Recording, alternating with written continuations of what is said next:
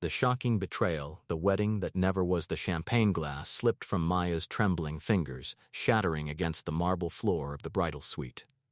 But the sound was nothing compared to the words she had just heard through the bathroom door. Words that would destroy everything she thought she knew about love, loyalty, and the man she was supposed to marry in exactly 2 hours. "I can't believe you're actually going through with it," her sister Scarlett's voice dripped with amusement. "Marrying that naive little fool while you and I—" "Keep your voice down," Ethan interrupted, his tone sharp but unmistakably intimate. "Maya can't know. Not yet. Not until after the merger goes through. Her father's company is worth $40 million, Scarlett. Once we're married, half of it becomes mine. Then we can be together the way we've always planned." Maya's hand flew to her mouth, stifling the scream that threatened to tear from her throat. This couldn't be real. Ethan, her Ethan, the man who had proposed to her under a sky full of stars, who had written her love letters, who had promised her forever, was plotting with her own sister, her own flesh and blood. What about after the wedding? Scarlett purred, and Maya could hear the rustle of fabric, could imagine what was happening on the other side of that door. "Will you still touch me the way you did last night? The way you've been touching me for the past year?" A year. They had been together for a year. Maya's mind raced backward through the calendar. Every family dinner where Scarlett had smiled at her so sweetly. Every time Ethan had claimed to work late. Every moment of her life for the past 12 months had been a lie, carefully constructed by the two people she loved most in the world. "After today, I'll have everything I need," Ethan said, his voice cold in a way Maya had never heard before. "The company, the money, the social connections. Maya's father practically worships me. Once I'm his son-in-law, I'll have complete access to everything, and you, my dear Scarlett, will have me. Isn't that what you've always wanted?" "What I want is to see the look on her face when she finally figures it out," Scarlett laughed, a sound like breaking glass. Perfect little Maya, with her perfect manners and her perfect dreams. She actually believes in love. Can you imagine anything more pathetic? Maya backed away from the door, her white wedding gown rustling around her like a ghost. Her heart was pounding so hard she thought it might burst through her chest. 200 guests were waiting downstairs. Her father, who had spent a fortune on this wedding, who loved Ethan like the son he never had. Her mother, who had cried tears of joy when Maya announced her engagement. Her friends, her colleagues, everyone who mattered to her was here to witness what they thought would be the happiest day of her life. But it was all a lie. All of it. She looked at herself in the floor-length mirror. The dress had cost $30,000, custom-made in Paris with silk and lace and tiny pearls sewn by hand. Her makeup was flawless, her hair arranged in soft waves that had taken 3 hours to perfect. She looked like a princess from a fairy tale. But fairy tales, she was learning, were just another kind of lie. Her phone buzzed on the vanity.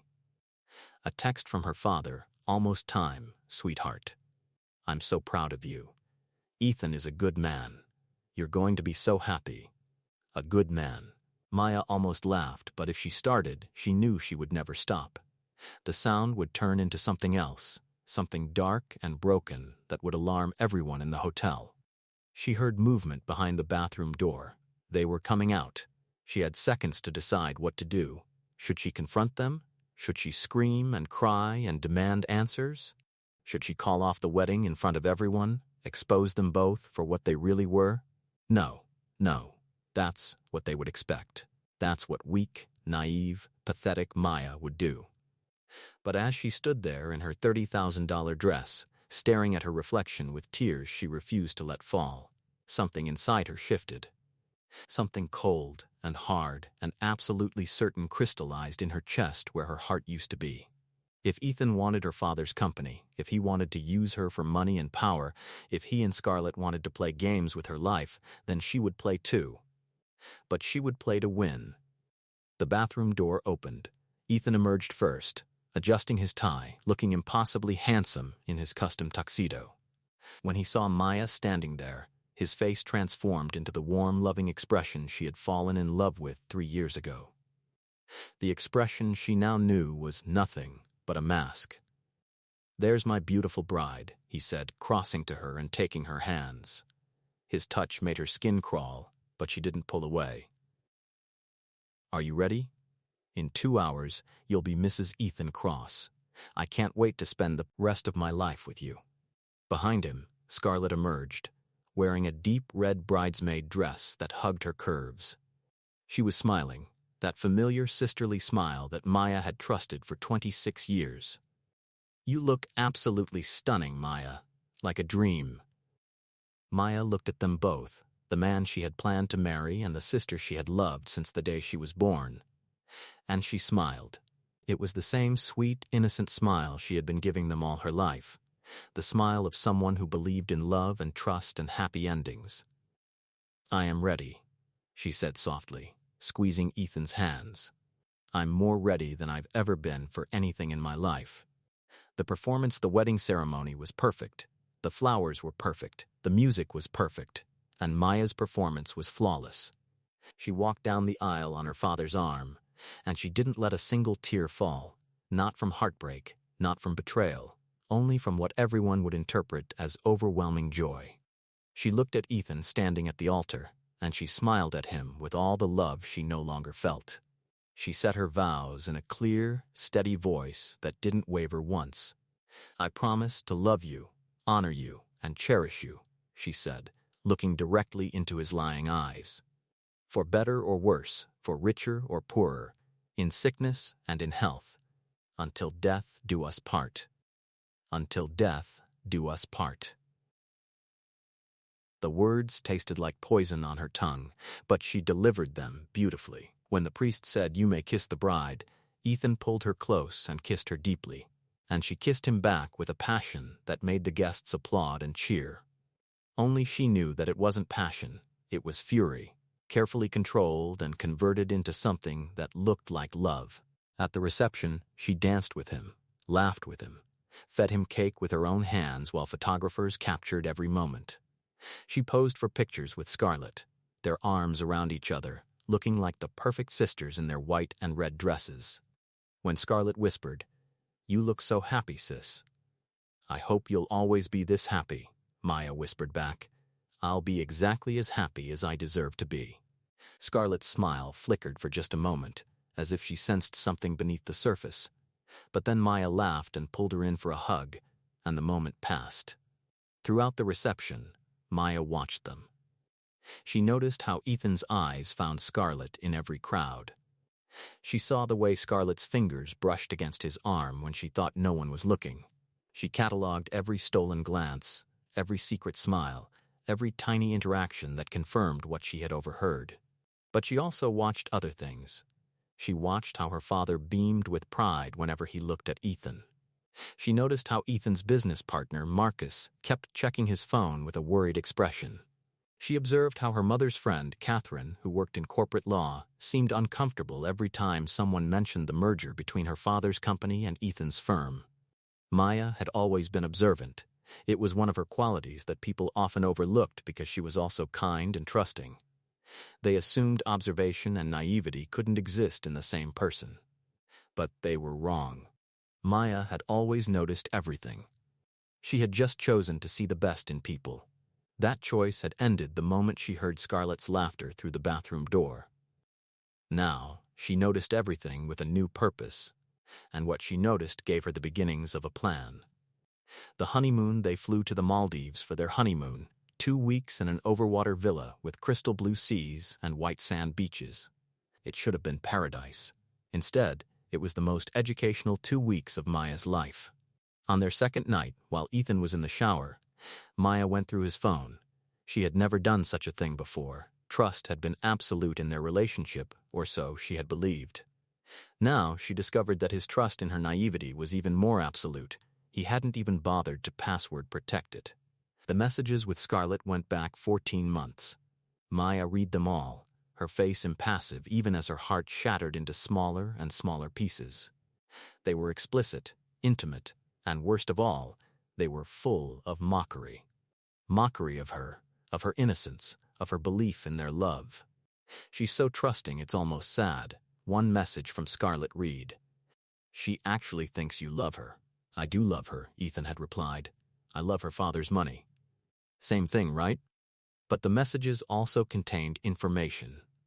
Information about the merger, about Ethan's real financial situation far worse than he had ever admitted, about his debts, about his secrets, and most importantly, information about Scarlett's own agenda. Because Scarlett wasn't just in this for love or lust or the thrill of betrayal. She wanted money too. Lots of it. She had gambling debts, credit card bills, and a lifestyle she couldn't afford on her yoga instructor salary. She had been planning to blackmail Ethan after the wedding, threatening to tell Maya everything unless he gave her a cut of the inheritance she assumed Maya would eventually receive from their parents. Maya almost laughed when she read that part. Her sister and her husband, both plotting against each other even as they plotted against her. It was like watching snakes try to eat each other. She took screenshots of everything, uploaded them to a secure cloud account, and deleted all evidence that she had accessed his phone. Then she put it back exactly where she had found it and lay down on the bed, staring at the ceiling. Ethan emerged from the bathroom, towel around his waist, and smiled at her. "Come here, wife," he said, that endearment that should have made her heart soar now making her stomach turn. But she smiled back. She went to him. She played her part. Because Maya had learned something important in those 2 weeks of reading messages and observing her new husband when he thought she wasn't watching. Knowledge was power, but patience was strategy. Every night while Ethan slept beside her, Maya lay awake planning. She thought about the merger, about her father's company, about the legal structures that governed inheritance and divorce. She thought about Scarlett's debts and Ethan's lies. She thought about every asset, every connection, every resource she had access to. And slowly, piece by piece, a plan began to form. On their last day in the Maldives, as they watched the sunset from their villa, Ethan put his arm around her and said, "I'm the luckiest man in the world. To have you, to have your father's trust, to have everything I've ever wanted." Maya leaned her head on his shoulder and said, "We're both so lucky. I can't wait to start our life together. Our real life." He kissed the top of her head, completely missing the double meaning in her words. The real life was about to begin. But it wouldn't be the life he expected. They returned from their honeymoon to their new home, a penthouse apartment in the city's most exclusive building, purchased with a gift from Maya's father. Ethan had insisted on it, and her father, eager to see his daughter happy, had agreed. Maya unpacked her suitcases and arranged their home with the same sweet, accommodating demeanor she had always shown. She prepared dinners, she smiled when Ethan came home late, she attended social functions on his arm and played the perfect wife. But in the hours when Ethan was at work, supposedly working on the merger, Maya was working too. She met with Catherine, her mother's friend, for lunch. "I'm thinking about learning more about corporate law," she said casually. "Just for fun, maybe taking some classes. Do you think that's silly?" Catherine, who had been a lawyer for 30 years, was delighted. "Not at all. I'd be happy to teach you. Why don't you come to my office once a week? We can start with the basics." Maya learned fast. She learned about corporate structures, about asset protection, about the difference between joint and separate property. She learned about prenuptial agreements, or the lack thereof, since Ethan had insisted they didn't need one because our love is enough. She learned about how vulnerable companies were during mergers, how easy it would be for someone with access to sabotage the process. She also called her college roommate, Jessica, who now worked as a private investigator. "I need a favor," Maya said, "and I need you to never tell anyone I asked." "Of course," Jessica said immediately. "What do you need?" "I need you to investigate my husband." There was a long pause. Then, "Oh, honey. What did he do?" "Everything," Maya said simply. "Can you help?" Jessica could help. Within 2 weeks, Maya had a complete dossier on Ethan Cross. His debts, extensive, his previous relationships, numerous and overlapping, his business dealings, questionable at best, fraudulent at worst. The man she had married was not just a cheater, he was a con artist, and she was far from his first victim. But she was going to be his last. Maya also started attending Scarlett's yoga classes. She watched her sister instruct students with that same warm smile she had used all their lives. After class, they would sometimes have coffee together, just like they used to before the wedding. "How's married life?" Scarlett would ask, her eyes gleaming with false concern. "Perfect," Maya would reply. "Ethan is perfect. Everything is perfect." "I'm so happy for you," Scarlett would say, and Maya would nod and smile and think about all the ways she was going to make them both pay. 3 months after the wedding, the merger was nearly complete. Maya's father's company and Ethan's firm were days away from finalizing the deal that would make Ethan a very wealthy man. Her father was thrilled.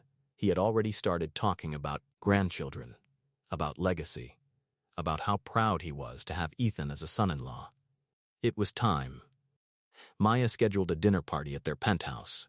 She invited her parents, Scarlett, Marcus, Ethan's business partner, Catherine, and a few other strategic guests.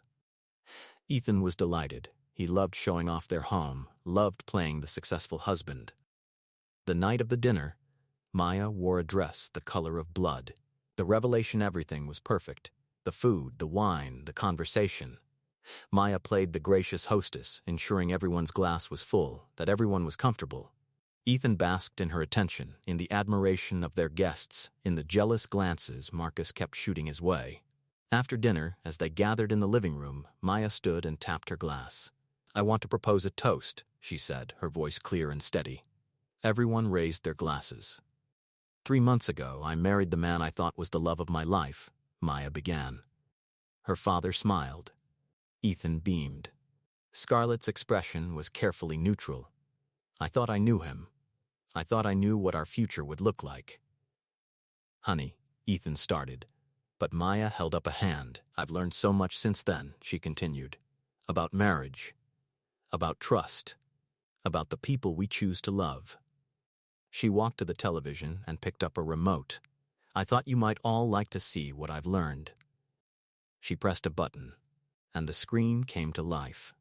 Text messages appeared, dozens of them.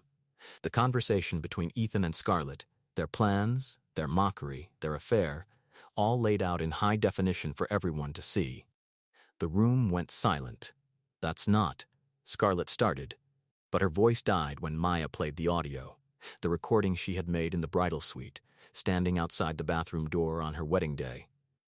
Ethan's voice, cold and calculating. "Once we're married, half of it becomes mine." Scarlett's laughter, perfect little Maya, with her perfect manners and her perfect dreams. "She actually believes in love." Maya's father stood up, his face white with shock and rage. Her mother had her hand over her mouth, tears streaming down her face. Marcus looked stunned. Catherine looked satisfied, as if something she had suspected was being confirmed. Ethan was standing too, reaching for Maya. "This is a misunderstanding." "Let me explain." "Explain what?" Maya's voice was colder than anyone in that room had ever heard it. "Explain how you and my sister have been having an affair for over a year? Explain how you planned to marry me for my father's money? Explain how every word you've ever said to me was a lie?" She turned to her father. "Dad, I need you to listen carefully. The merger. Don't sign anything. Ethan's company is built on fraud. I have documentation of everything. Marcus can confirm it, can't you, Marcus?" All eyes turned to Ethan's business partner, who looked like he wanted to disappear. I didn't know he was going to." "Didn't know?" Maya's laugh was bitter. "You've been cooking the books for 2 years. But you got sloppy, and I found everything. Bank records, falsified reports, embezzled funds. Everything." She turned back to Ethan, who had gone pale. "Did you really think I wouldn't notice? Did you really think I was that stupid?" "Maya, please," his voice was desperate now. "I filed for divorce this morning," she said calmly. "And before you start calculating what you think you're entitled to, you should know that I've already spoken with Catherine here, who is now my lawyer. Thanks to your insistence that we didn't need a prenuptial agreement, and thanks to the very detailed evidence of your fraud and infidelity, you're not getting a penny. In fact, you're probably going to jail." She turned to Scarlett, who was crying now, her makeup running down her face. "As for you, dear sister, I've paid off your debts. All of them. Consider it a gift, because I want you to have absolutely no excuse when I never speak to you again for the rest of your life. Maya, I'm sorry, Scarlett sobbed. No, you're not, Maya said. You're sorry you got caught. There's a difference. She turned to her father, her expression softening slightly. Dad, I'm sorry you had to find out this way. But I needed you to see who he really is before you signed over control of your company. The merger would have destroyed everything you built. Her father crossed the room and pulled her into his arms, holding her tight. My brave girl, he whispered. My brilliant, brave girl. Over his shoulder, Maya watched as Ethan and Scarlett realized the full extent of what was happening. Security was already on the way. Catherine had arranged it. The evidence of Ethan's fraud had been forwarded to the police. Scarlett would face no legal consequences, but the social consequences would be devastating. Their family, their friends, everyone would know what she had done. As security escorted Ethan from the apartment, his apartment no longer, Maya had made sure of that too, he looked back at her with something like disbelief. You were supposed to be weak, he said. You were supposed to be easy. Maya smiled. It was not a kind smile. It was the smile of someone who had learned the most important lesson of her life, that the people who underestimate you give you the greatest gift of all. The element of surprise. I was never weak, she said. I was just waiting for the right moment to show you who I really am. And as the door closed behind him, Maya felt something she hadn't felt in 3 months. Freedom. But this wasn't the end of her story. It was only the beginning. What will Maya do next? Will Ethan try to fight back? And what deeper secrets are waiting to be revealed? The revenge has only just begun. Heartbreak and revenge. The aftermath. The scandal exploded across the city like a bomb. Within 24 hours, everyone in their social circle knew what had happened. The messages, the affair, the fraud, it was all anyone could talk about. Maya's phone wouldn't stop ringing, but she ignored most of the calls. She had said everything she needed to say at that dinner party, and she had no interest in rehashing the details for curious friends who just wanted gossip. But there were calls she did take. Calls from her lawyer, Catherine, who was building an airtight case for the divorce. Calls from Jessica, the private investigator, who had uncovered even more damaging information about Ethan. And calls from her father, who was struggling to process the betrayal but was fiercely protective of his daughter. I should have seen it, her father said during one of their conversations, his voice heavy with guilt. I should have known he was too perfect, too eager to please. He fooled everyone, Dad, Maya reassured him. That's what con artists do. They're professionals at deception. What Maya didn't tell her father was that she was far from finished with Ethan Cross. The public humiliation was just the beginning. The divorce would strip him of any claim to her assets, and the fraud charges would likely send him to prison. But Maya wanted more than legal justice. She wanted him to feel exactly what she had felt, the complete destruction of everything he believed his future would be. Scarlett, meanwhile, had disappeared. She had left the dinner party in tears and hadn't been seen since. Their mother had tried to defend her at first. She made a terrible mistake, but she's still your sister. Until Maya showed her the text messages where Scarlett had called their mother a naive old fool who still believes in true love. After that, even their mother's forgiveness had limits. Maya moved out of the penthouse and into a beautiful loft apartment she purchased with her own money Ethan had never known about because he had never bothered to ask about her finances. He had assumed she was entirely dependent on her father, just another thing he had been wrong about. 6 weeks after the dinner party, as Maya was settling into her new life, her phone rang with an unknown number. She almost didn't answer, but something made her pick up. Maya. Ethan's voice was rough, desperate. Please, I need to talk to you. She should have hung up. But curiosity got the better of her. I have nothing to say to you. Then just listen, he pleaded. Please. 5 minutes. That's all I'm asking. Against her better judgment, Maya agreed to meet him at a coffee shop, public, neutral territory. She brought Jessica with her, who waited at a nearby table, watching everything. Ethan looked terrible. He had lost weight, his expensive suit hung loosely on his frame, and there were dark circles under his eyes. For a moment, Maya almost felt sorry for him. Almost. "Thank you for coming," he said, his hands wrapped around a coffee cup he wasn't drinking. "I know I have no right to ask anything of you, but I needed to see you one more time." "Why?" Maya's voice was flat, emotionless. "Because I need you to understand something." He looked up at her, and she saw genuine anguish in his eyes. "It wasn't supposed to be like this. When I first met you, yes, I was targeting you. I knew about your father's company, I knew about the money. But, Maya, somewhere along the way I actually fell in love with you." Maya laughed, a sharp, bitter sound. "You have a fascinating definition of love. I know how it sounds," he said quickly. "I know what I did was unforgivable. But those months we spent together, those conversations we had, the way you looked at the world, I'd never met anyone like you. And I started to hate myself for what I was planning to do, but not enough to stop doing it," Maya pointed out coldly. "No," he admitted, his voice breaking. "Not enough to stop. Because I was in too deep with Scarlett, and I owed money to people who don't accept excuses, and I thought I could have it all. The money, the life I wanted, and, somehow, keep you from finding out. I thought I could make you happy even while I was lying to you." "That's not how happiness works," Maya said. "You can't build anything real on a foundation of lies." "I know that now." Ethan reached across the table, but Maya pulled her hands away. "I know I've lost you. I know I deserve everything that's happening to me, but I need you to know that what I felt for you was real, even if nothing else was." Maya studied him for a long moment. She wanted to believe he was lying, that this was just another manipulation. It would be easier if she could write him off as a complete monster. But she had learned that people were more complicated than that. Evil and love could exist in the same person, and that made them more dangerous, not less. "It doesn't matter," she said finally. "Whether you loved me or not, you still betrayed me. You still used me. And whatever you felt for me wasn't strong enough to stop you from destroying me for money. So your love, if that's what it was, isn't worth anything." "I know," he whispered.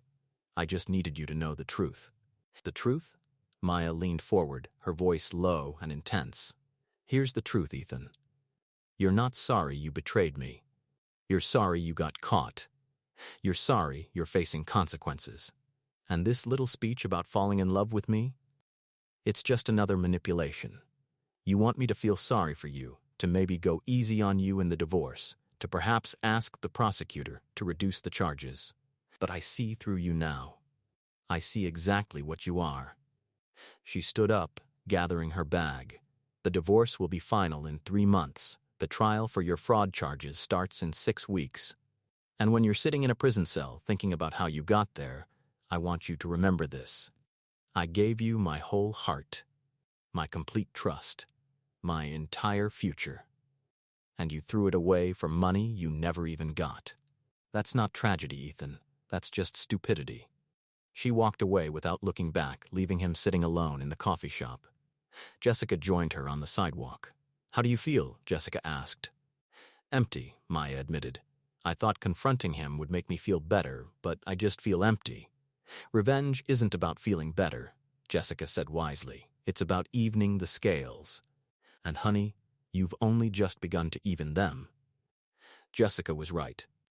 Because Maya had one more score to settle, and this one was going to be far more satisfying than destroying Ethan. It was time to deal with Scarlett. The sister finding Scarlett wasn't difficult. Despite her attempts to lay low, she was still teaching yoga classes 3 times a week, still living in the same apartment, still pretending that life could just go on as normal. Maya watched her for a week before making her move, studying her patterns, her routines, the way she held her head high despite the whispers that followed her everywhere. Scarlett had always been good at pretending nothing bothered her. When they were children and Scarlett had been caught lying or stealing or hurting someone, she would simply smile and move on, as if the accusations were beneath her notice. Their mother had called it confidence. Maya now recognized it as something else, a complete lack of remorse. On a Friday evening, Maya waited outside Scarlett's apartment building. When her sister emerged, dressed for a night out, Maya stepped into her path. Scarlett froze. For a moment, they just stared at each other. Two women who had shared a childhood, who had been each other's first friend, who had promised to always be there for each other. All of it was ashes now. Maya, Scarlett said finally. Her voice was carefully controlled, but Maya could see the fear flickering in her eyes. What do you want? To talk, Maya said simply. Sister to sister. We have nothing to talk about. Oh, I think we have plenty to talk about. Maya gestured to a nearby calf. 30 minutes. Then I'll leave you alone.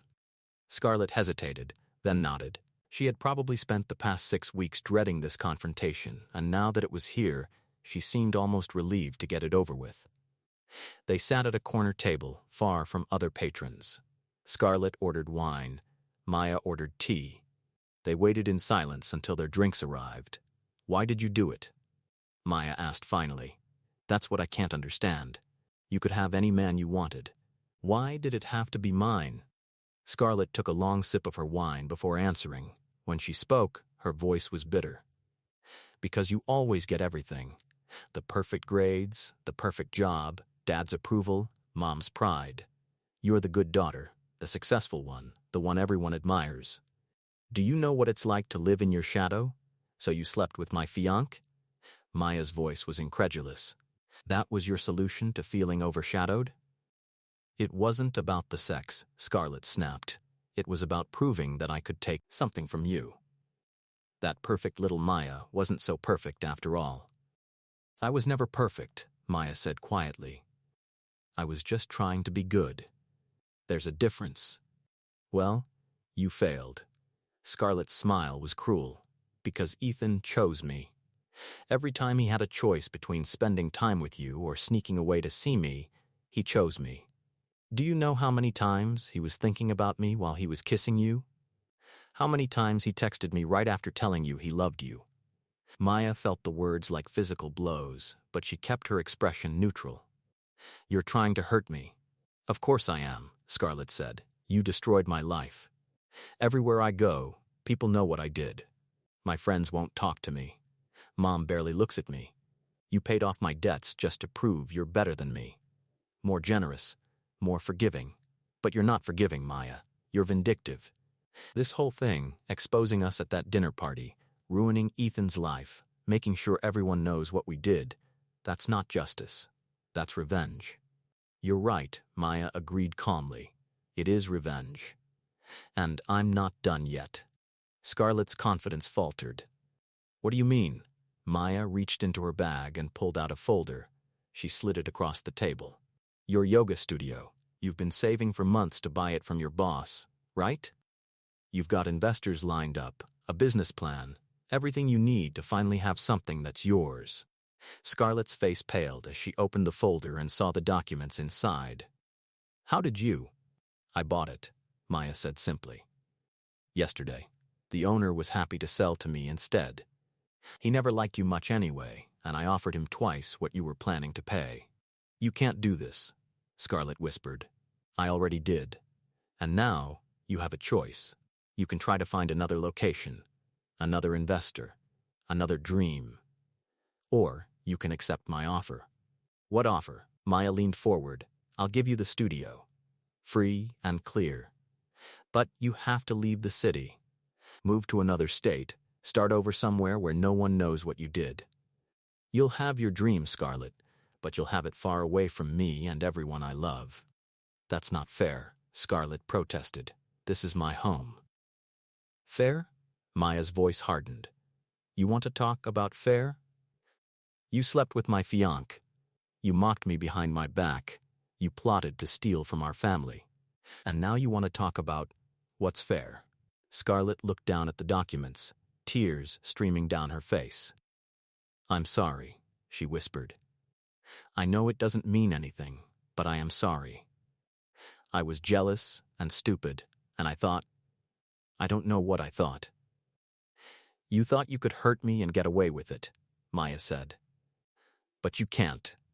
Actions have consequences, Scarlett. And this is yours. Take the deal or don't.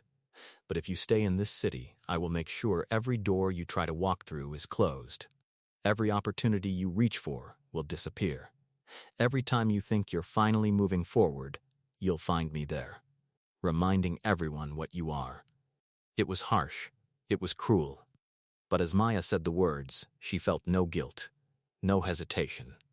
Her sister had tried to destroy her, and now Maya was simply returning the favor. Scarlett signed the papers with shaking hands. "I'll be gone by the end of the month," she said quietly. "Good." Maya stood to leave, then paused. "For what it's worth, I did love you. You were my sister, and I would have done anything for you. But you threw that away, just like Ethan threw away what we had, and now you both get to live with the consequences." She walked out of the cafe, leaving Scarlett crying over her wine, and she felt the empty space inside her fill with something else. Not happiness exactly, but satisfaction. Completion. The scales were balancing. Maya has destroyed Ethan and exiled Scarlett. But is her revenge truly complete? Or are there darker revelations still to come? The ultimate payback, unexpected ally 3 months after the dinner party that changed everything, Maya's life had settled into a new rhythm. The divorce was final. Ethan's trial was ongoing, and the prosecutors were confident of a conviction. Scarlett had moved to Oregon and opened a yoga studio there, far from Maya's reach and influence. Maya had returned to work at her own marketing firm, a business she had built herself over the past 5 years, separate from her father's company. Ethan had never known about it because she had kept it deliberately low profile, operating under a business partner's name. It was doing well, growing steadily, and Maya threw herself into her work with renewed passion. She should have felt victorious. She should have felt satisfied. Instead, she felt hollow. Revenge, it turned out, wasn't as fulfilling as she had imagined it would be. Yes, she had destroyed the people who betrayed her. Yes, she had protected herself and her family. But she was alone now, and the loneliness was sometimes more painful than the betrayal had been. She was working late one evening when her assistant buzzed her. "Miss Price, there's someone here to see you." "He says it's urgent."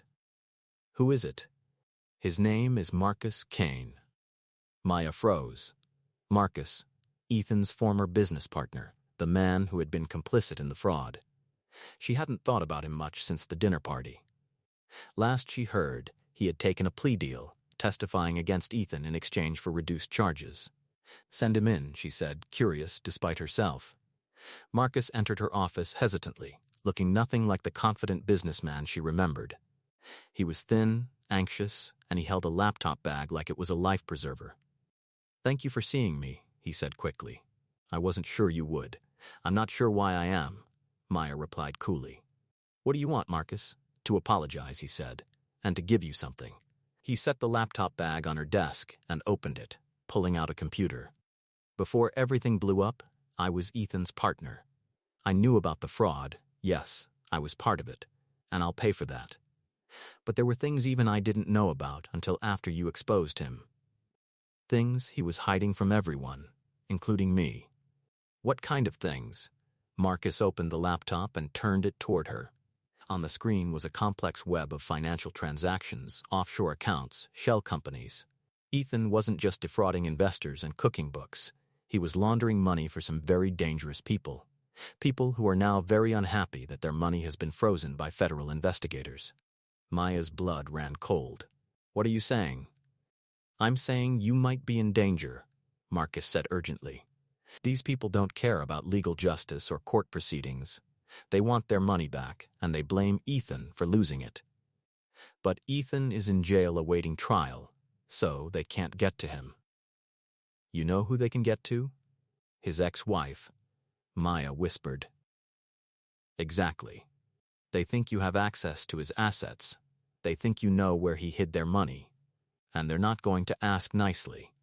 Maya sat back in her chair, her mind racing. She had been so focused on legal revenge, on public humiliation, on destroying Ethan's life through legitimate channels, that she hadn't considered there might be illegitimate consequences. "Why are you telling me this?" "Because what Ethan did to you was wrong," Marcus said simply. I was complicit in a lot of things, but I didn't know about you and Scarlett until that night.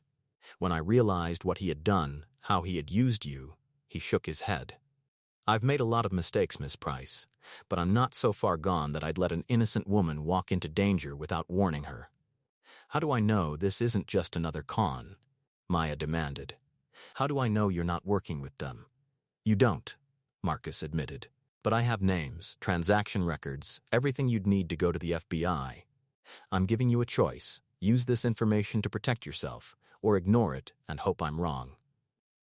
But I'm not wrong, Miss Price. I wish I was. He stood up, leaving the laptop on her desk.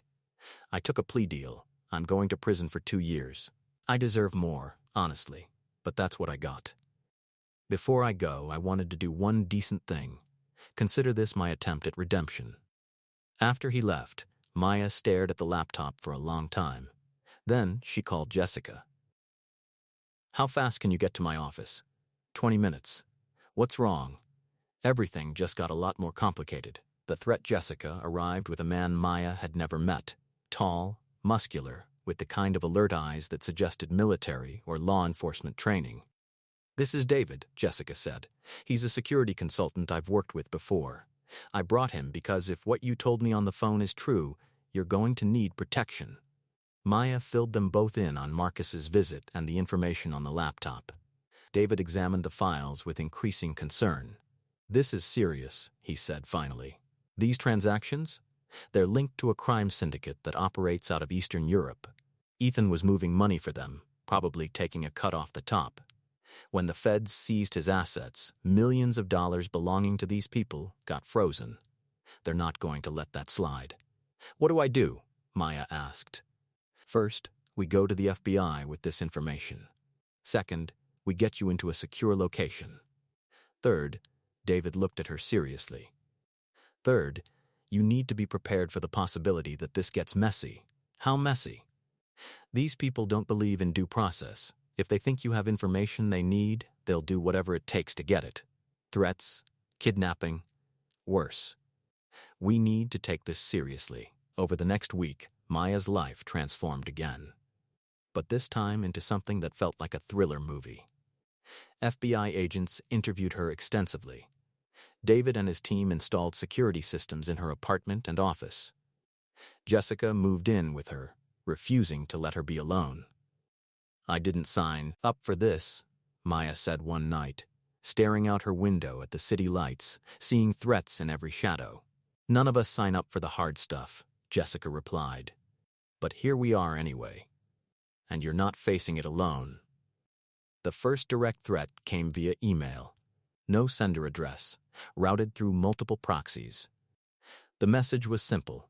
You have something that belongs to us. You have 72 hours to return it. Do not involve police. Maya showed it to the FBI agents assigned to her case. We expected this, the lead agent, a woman named Chen, said. They're testing you, seeing if you'll cooperate or fight. How you respond will determine what they do next. What should I do? Nothing. Let us handle it. We're already working on tracing the email's origin. In the meantime, stay in secure locations and don't go anywhere alone. But Maya had spent 3 months learning that she was stronger than anyone thought. She was tired of being protected, tired of reacting to other people's moves.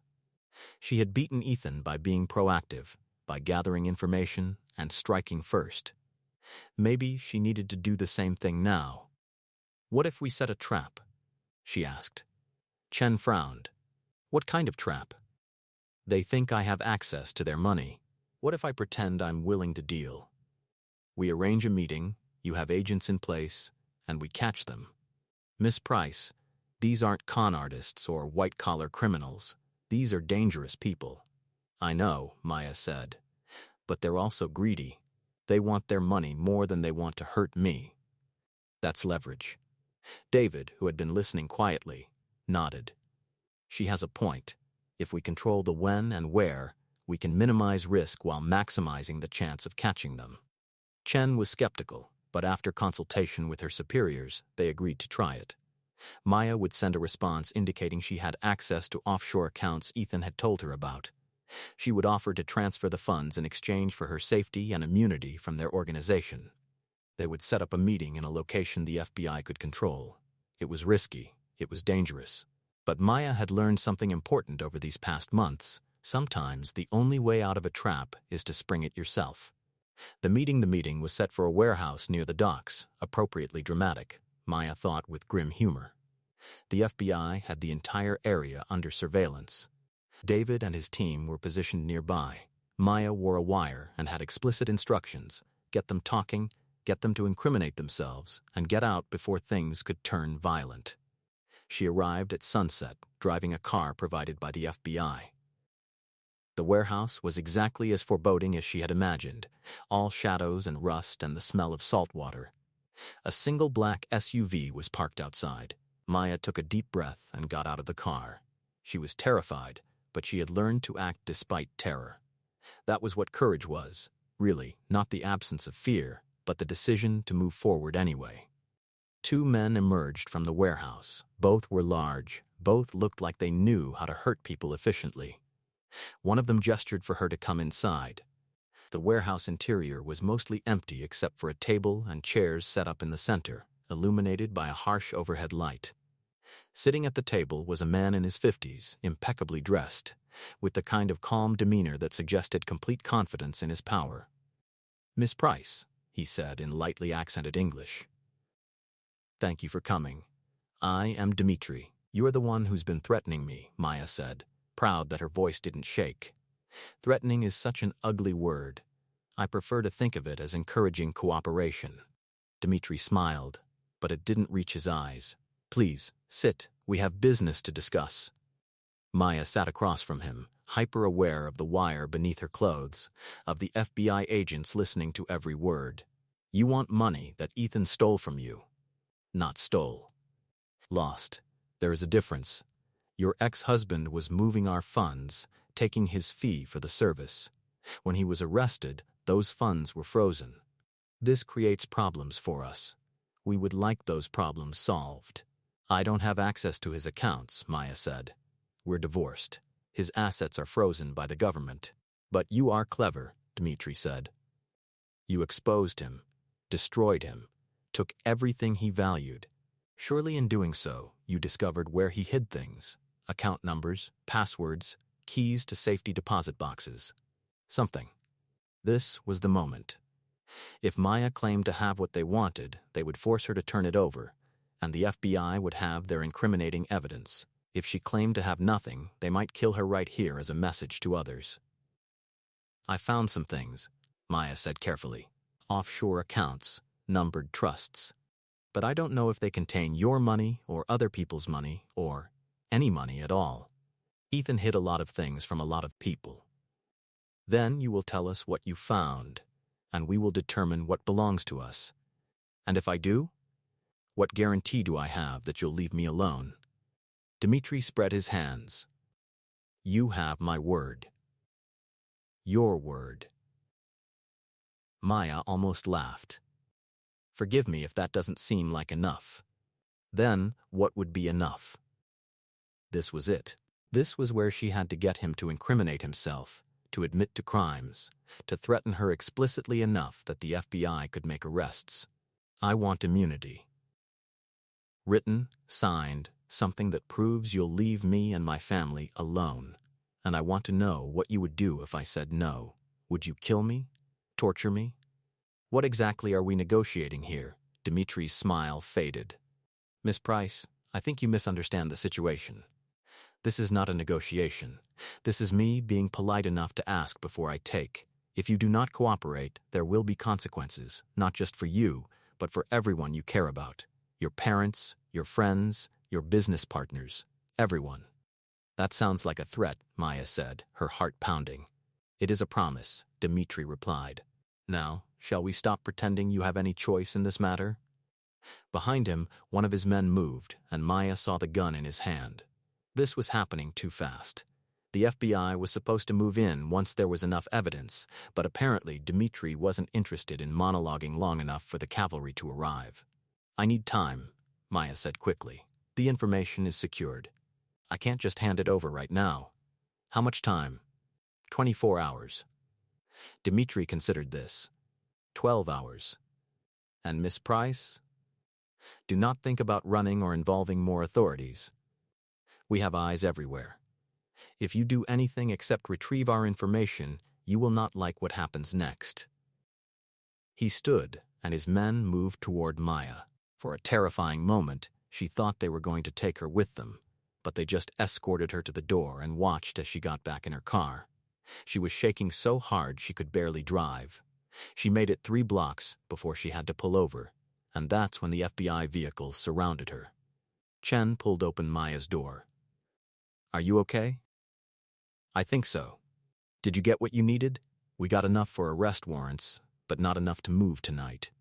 They'll have lawyers, and we need our case to be airtight. Can you stall them for another day?" He said 12 hours, Maya protested. "If I don't deliver, we'll have them before then." Chen assured her. "We know who Dimitri is now. We know where he's staying. We'll get him." But Maya had learned to trust her instincts, and her instincts were screaming that something was wrong. What if you don't? What if he disappears? Then we'll find him again. And in the meantime, he's threatened my entire family. Chen didn't have a good answer to that. That night, back in her secure apartment with Jessica and David, Maya made a decision. "I'm going to finish this myself," she announced. "Absolutely not," David said immediately. "You're not trained for this." "I'm not trained for any of this," Maya shot back. "But I did it anyway. I exposed Ethan. I handled Scarlett. I survived that meeting with Dimitri. I'm tired of waiting for other people to protect me. I'm going to protect myself." "How?" Jessica asked. Maya opened her laptop, the one Marcus had given her. "Dimitri thinks I have information about his money. What if I actually gave him something?" "You can't give him his money back," David said. "It's federal evidence." "I'm not talking about giving him money. I'm talking about giving him information." Ethan had files on everyone he worked with. Insurance, he called it. Information he could use if anyone ever turned on him. Marcus gave me access to all of it. What if I gave Dimitri information on his rivals? His competitors? His partners? Information so valuable that he'd consider us even? David and Jessica exchanged glances. "That's actually not a bad idea," Jessica said slowly. "Information is currency in that world. If you had something he wanted more than his frozen assets..." "It's dangerous," David warned. "If you try to play this wrong, he could kill you anyway." "He could kill me if I do nothing," Maya pointed out. "At least this way I have some control." They spent the rest of the night going through Ethan's files, finding the most damaging, valuable information they could. Names, accounts, crimes, betrayals. Ethan had documented everything, and much of it related to Dimitri's criminal organization.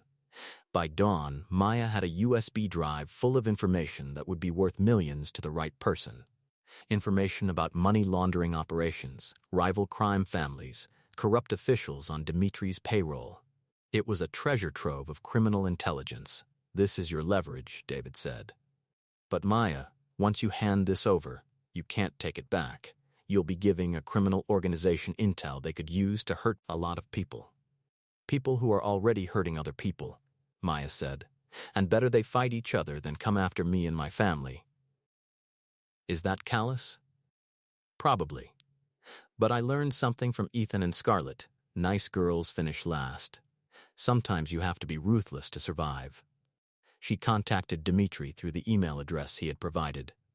"I have something better than your frozen accounts. Meet me tonight. Same place. Come alone. And I'll come alone. Let's finish this." The final play Maya arrived at the warehouse at midnight, alone as promised.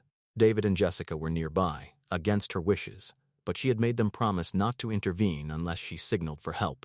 Dimitri was already there, and true to his word, he was alone. He looked surprised to see her arrive without obvious backup.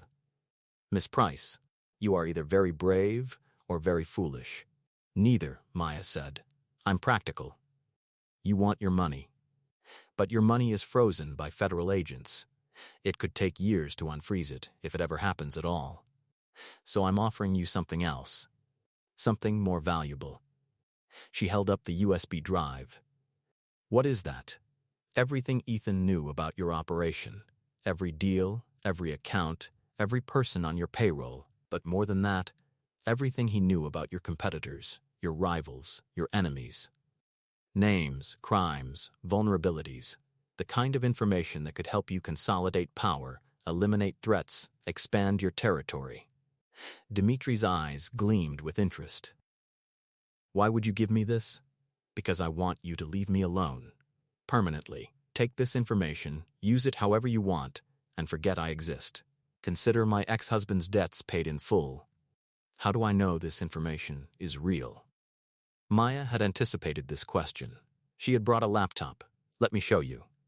She opened a sample file, detailed information about one of Dimitri's rivals, including bank account numbers, aliases, and locations of safe houses. Dimitri's expression shifted from skeptical to hungry as he read. This is impressive, he admitted. Your husband was more thorough than I realized. Ex-husband, Maya corrected. Do we have a deal? Dimitri studied her for a long moment. You interest me, Miss Price. Most people in your situation would be begging, crying, offering me anything. But you walk in here and negotiate like you hold all the cards. I do hold the cards, Maya said. You need information more than you need me dead. I'm offering you a trade that benefits us both. That's not weakness. That's good business. Dimitri laughed, a genuine sound of appreciation. You would have made an excellent criminal, Miss Price. I'll take that as a compliment. He took the USB drive and examined it. Then he pulled out his phone and made a call in rapid Russian. After a few minutes of conversation, he hung up and looked at Maya with newfound respect. My people have verified some of the information. It is authentic and valuable. You have your deal. My organization will have no further interest in you or your family. You have my word, and unlike your ex-husband, my word actually means something in my world. Thank you, Maya said, and she meant it. One question, Dimitri said as she turned to leave. What will you do now? Your revenge is complete. Your enemy is destroyed. His accomplice is exiled. You have protected yourself from us. What is left for Maya Price? It was a good question. Maya had been so focused on survival, on revenge, on justice, that she hadn't thought about what came after. What did she want now that she had won? I'm going to live, she said finally. Actually live, not just survive.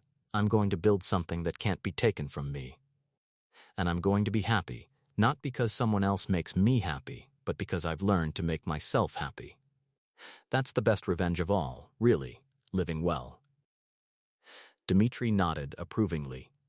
A wise answer. Good luck, Miss Price. I think you will do well.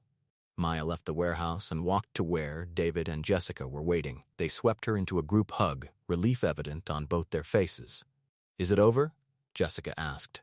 It's over, Maya confirmed. What about the FBI? David asked. They're going to want to know what you gave him. I gave him information that was going to be public record anyway once Ethan's trial concluded, Maya said. I just expedited the process. And I kept copies of everything. Chen can have it all tomorrow. But tonight, I just want to go home. Epilogue 6 months later, Maya stood in her new office, not her old office at the marketing firm, but a new space for a new venture. A non-profit organization dedicated to helping victims of financial fraud and romantic scams. She had used her experience, her connections, and yes, some of her father's money to create something that would help other people avoid what she had gone through. The walls were decorated with testimonials from people they had helped.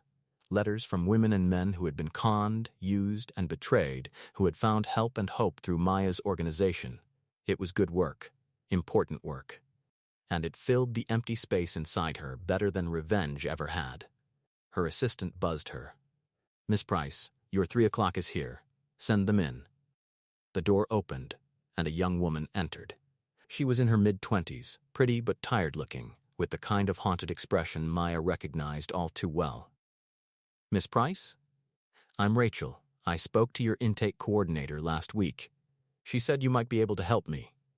Please, sit, Maya said warmly. Tell me what happened. Rachel's story was familiar: a charming man, a whirlwind romance, promises of forever. Then the requests for money started. Small amounts at first, then larger and larger. By the time Rachel realized she was being conned, she had lost $50,000 and her fiancé had disappeared. "I feel so stupid," Rachel said, tears streaming down her face. "Everyone keeps asking how I could be so naive. But he seemed so real, so genuine. How was I supposed to know?" Maya handed her a tissue. "You're not stupid. You're human. We're built to trust, to love, to believe in people. The fact that someone exploited that doesn't make you weak. It makes them a predator. Can you help me find him?" "We can try," Maya said, "but more importantly, we can help you recover. Financially, emotionally, legally. We have lawyers, investigators, therapists, whatever you need to put your life back together." "Why do you do this?" Rachel asked. "The coordinator said you started this organization after you went through something similar." Maya considered how much to share. Then she decided that her story might give Rachel hope, and hope was sometimes the most valuable thing you could offer. "I was engaged to a man who was only interested in my family's money," Maya said. "He was having an affair with my sister. They planned to use me and discard me. When I found out, I could have just divorced him quietly. I could have let him get away with it. But instead, I destroyed him. I exposed him, ruined his career, sent him to prison. I exiled my sister. I was ruthless and calculating, and I won." "Good for you," Rachel said fiercely. "Maybe," Maya said. "But you know what I learned? Revenge feels good in the moment, but it doesn't heal you. It doesn't fill the hole they left in your life. You know what does? Helping others. Building something meaningful. Refusing to let what they did define who you become." She leaned forward, her voice gentle but firm. "So yes, we'll help you find the man who hurt you. We'll help you get your money back if we can. But more than that, we're going to help you remember that you're strong, that you're worthy, that one person's betrayal doesn't determine your value or your future. Can you believe that?" Rachel nodded, still crying but smiling through her tears. "I can try. Trying is enough," Maya said. "For now, trying is enough." After Rachel left, Maya stood at her window looking out at the city. Somewhere out there, Ethan was in prison, probably telling himself he had been wrongfully prosecuted. Somewhere else, Scarlett was teaching yoga and trying to build a life far from the family she had betrayed. Dmitri was likely using the information Maya had given him to expand his criminal empire. Maya could have felt guilty about that last part. She had given a dangerous man dangerous information, and people would probably suffer because of it. But she had made peace with her choices. Sometimes there were no good options, only less bad ones. She had protected herself and her family, and she had survived. More than that, she had thrived. Her phone rang. It was her father. "Hey, sweetheart. How's your day going?" "Good, Dad. Really good. I'm proud of you, you know. What you've built with this organization. The lives you're changing. Your mother and I are both so proud." Maya smiled. "Thanks, Dad. That means a lot." After she hung up, she thought about everything that had happened. The betrayal, the heartbreak, the revenge, the danger, the resolution.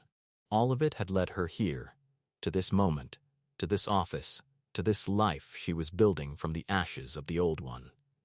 She had been naive once. She had believed in love and trust and happy endings. And then she had learned that the world was more complicated, more dangerous, more cruel than she had ever imagined. But she had also learned that she was stronger than anyone, including herself, had ever known. She had faced betrayal and survived. She had faced danger and prevailed. She had been knocked down and had gotten back up, not just to survive, but to flourish. And if she had to do it all over again, the heartbreak, the pain, the fear, everything, she would.